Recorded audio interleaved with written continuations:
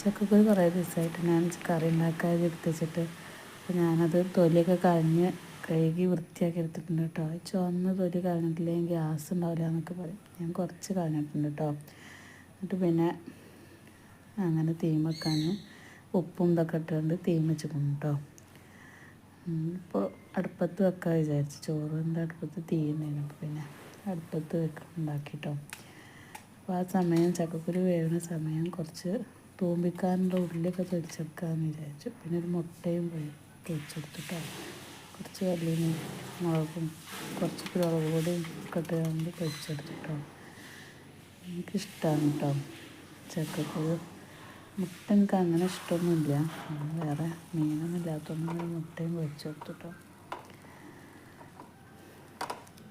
അപ്പോൾ മുട്ട ഇവിടെ റെഡി ആയിട്ടുണ്ട് കേട്ടോ.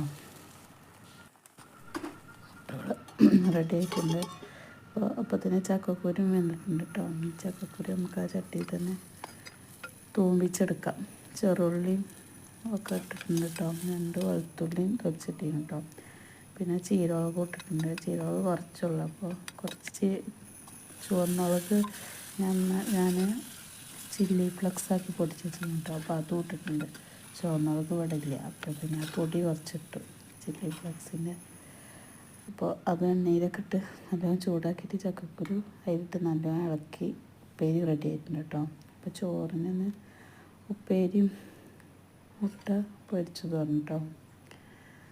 നല്ല രസമാണ് കേട്ടോ ഈ ചക്കക്കുരു ഉപ്പേരി. എനിക്കിഷ്ടമാണ്. വേറെ കറിയൊന്നും ഉണ്ടാക്കിയിട്ടില്ല കേട്ടോ.